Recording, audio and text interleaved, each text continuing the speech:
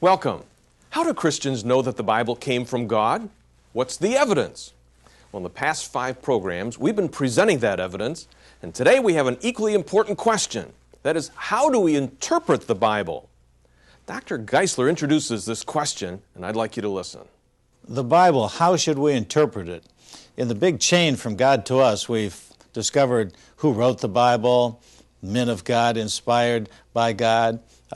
Did they copy it accurately? Is anything missing? Are there any errors in it? Has it been translated correctly? And so we've got a Bible in our hand that's substantially the same as the original that was given by God, that was infallible and inerrant. Now the question is, how do we interpret it? We've got cults all over the place. We've got different denominations. Whose interpretation of the Bible is correct? The Roman Catholic Church claims to be the infallible interpreter of the Bible. Then we have all these fallible interpretations of it. How do we know what it really means? That's the question we're going to discuss in this program. Okay, let me lay down some simple principles. Try to put the cookies on the bottom shelf here, because we could talk in scholarly language and everybody would be confused. Someone said the definition of a scholar is teaching something he doesn't understand to people who don't understand it either, and that's not funny. So I'll try not to be a scholar here and put the cookies on the bottom shelf. Number 1. In the Bible, the main things are the plain things, and the plain things are the main things. Don't worry about all the little details. Scholars will argue from now until doomsday what the 7 thunders uttered, who the rider and the red horse and the white horse is, which end of the tribulation we're coming out of. Don't worry about those things.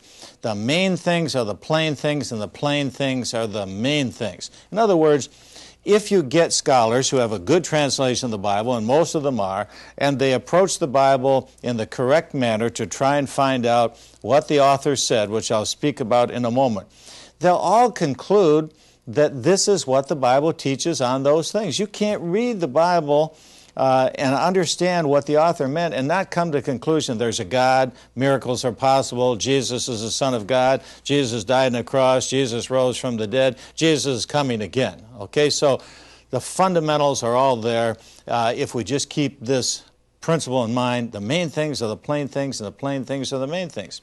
The second part of that principle is that if it's not a main thing, it's probably not a plain thing. But don't worry about it. As Mark Twain said, and we quoted in the previous programs, not the part of the Bible I don't understand that bothers me the most, it's the part I do understand that bothers me the most. So get hung up on the main things and the plain things. Third, when you read the Bible or the newspaper or a magazine, you ought to keep one principle in mind. You don't have to think of 100 things. What did the author mean by it? It's not what does it mean to me, not what I would like it to mean, but our obligation is to find out what the author meant. Now, we've got a group of people today, to use a $10 word, are called deconstructionists. They're trying to deconstruct the meaning of the Bible. They say the author is dead, the reader is alive. Doesn't matter what the author said. What does the reader say? Only one problem with those people. When you read their books, do you know what they want you to believe? They want you to understand what the author said. They don't want you to put your meaning and read it into their writing. They want you to read their meaning out of their writing.